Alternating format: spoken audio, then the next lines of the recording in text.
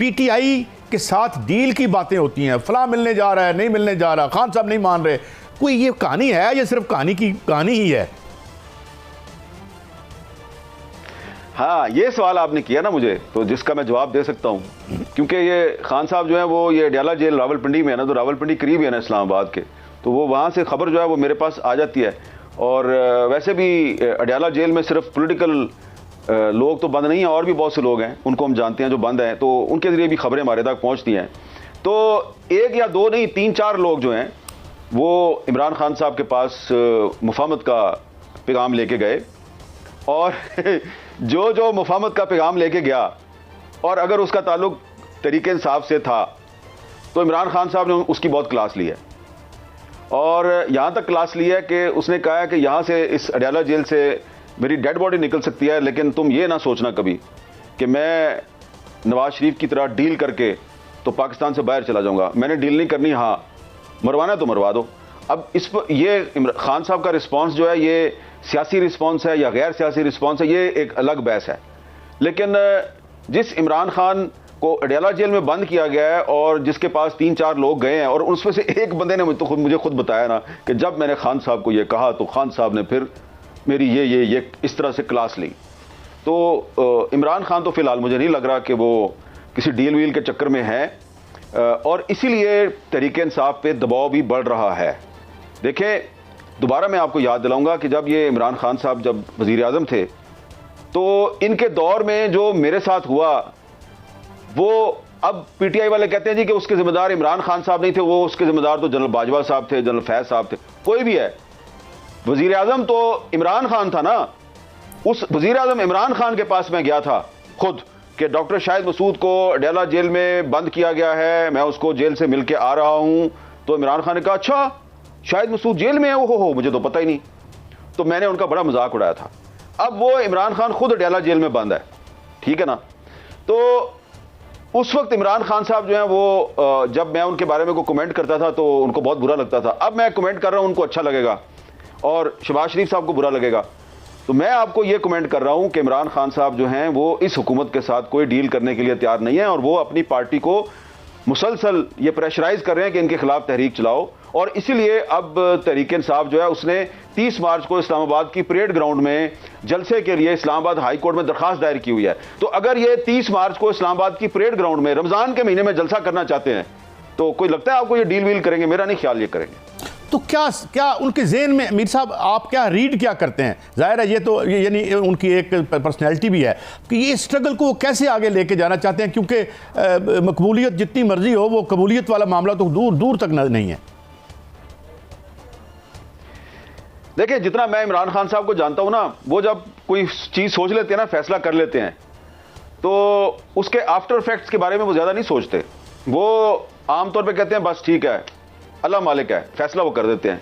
तो मेरा ख्याल है ये फैसला भी उन्होंने इसी तरह किया है। और जो डील का पैगाम लेके गए थे उनको उन्होंने यही कहा कि यार आप मेरी फिक्र ना करें, मेरा अल्लाह मालिक है। अच्छा मीर साहब, वन लास्ट क्वेश्चन, आपने हमें बहुत टाइम दिया, आपका बहुत शुक्रिया, मगर पहले एक आखिरी सवाल। ये मियाँ साहब जो पंजाब काबीना में बैठे हैं, तो डू यू थिंक कि इसको इग्नोर कर देना चाहिए और अदालत में जाके इसको बहुत ज़्यादा इशू बनाना ज़रूरी था, या उन्हें नहीं बैठना चाहिए था? आपकी क्या राय है? काजी साहब, पहले मुझे आप ये बताएं कि आप चाहते क्या हैं।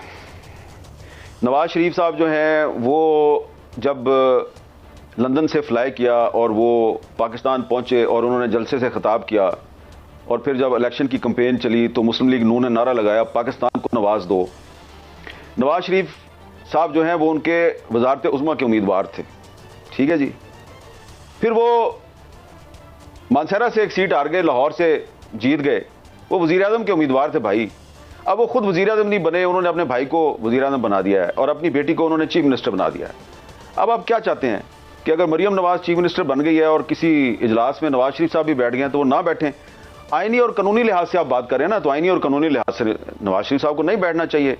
लेकिन आप ये देखें कि पंजाब का वज़ीर ख़जाना जो है वो बजट तकरीर पेश करता है जब पंजाब असम्बली में, तो वो नवाज शरीफ की तस्वीर रखी होती है उसने।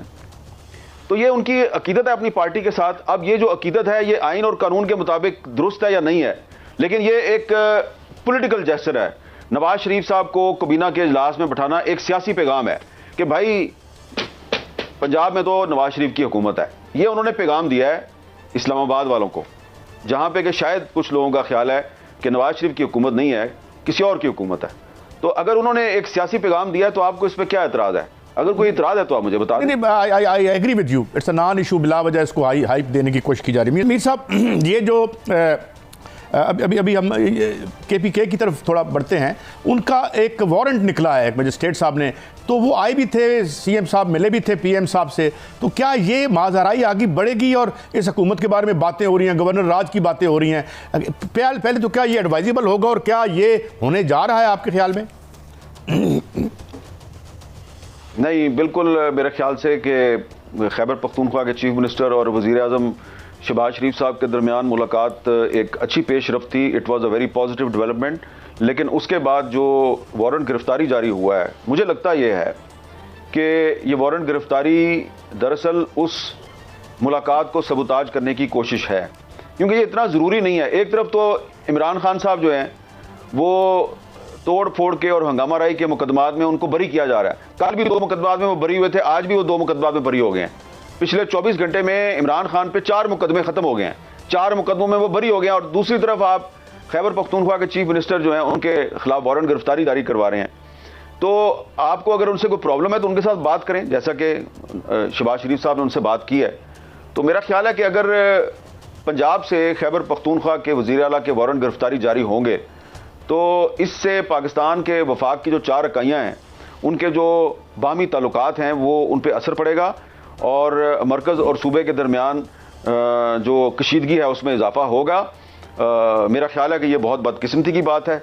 मैं इसकी शदीद मज़म्मत करता हूँ कि एक सूबे का इलेक्टेड चीफ मिनिस्टर है और पंजाब की एक अदालत जो है वो उसके वारंट गिरफ्तारी जारी कर रही है।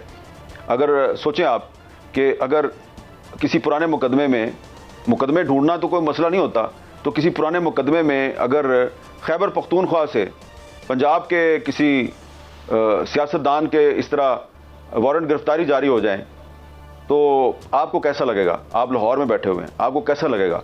अब ज़रा आप सोचें कि ये जो वारंट गिरफ्तारी की खबर मीडिया पे हाईलाइट हुई है, तो जो लोग पेशावर में बैठे हुए हैं, जो लोग DI खान में बैठे हुए हैं, जो लोग बन्नू में बैठे हुए हैं, कोहाट में बैठे हुए हैं, तो उनके दिल पे क्या बीती होगी यार कि हमने अपने सूबे का एक चीफ मिनिस्टर बनाया है। ठीक है, मुस्लिम लीग नून के उससे इख्तिलाफात हैं, लेकिन इन्होंने पंजाब की एक अदालत से उसका वारंट गिरफ्तारी जारी करवा दिया।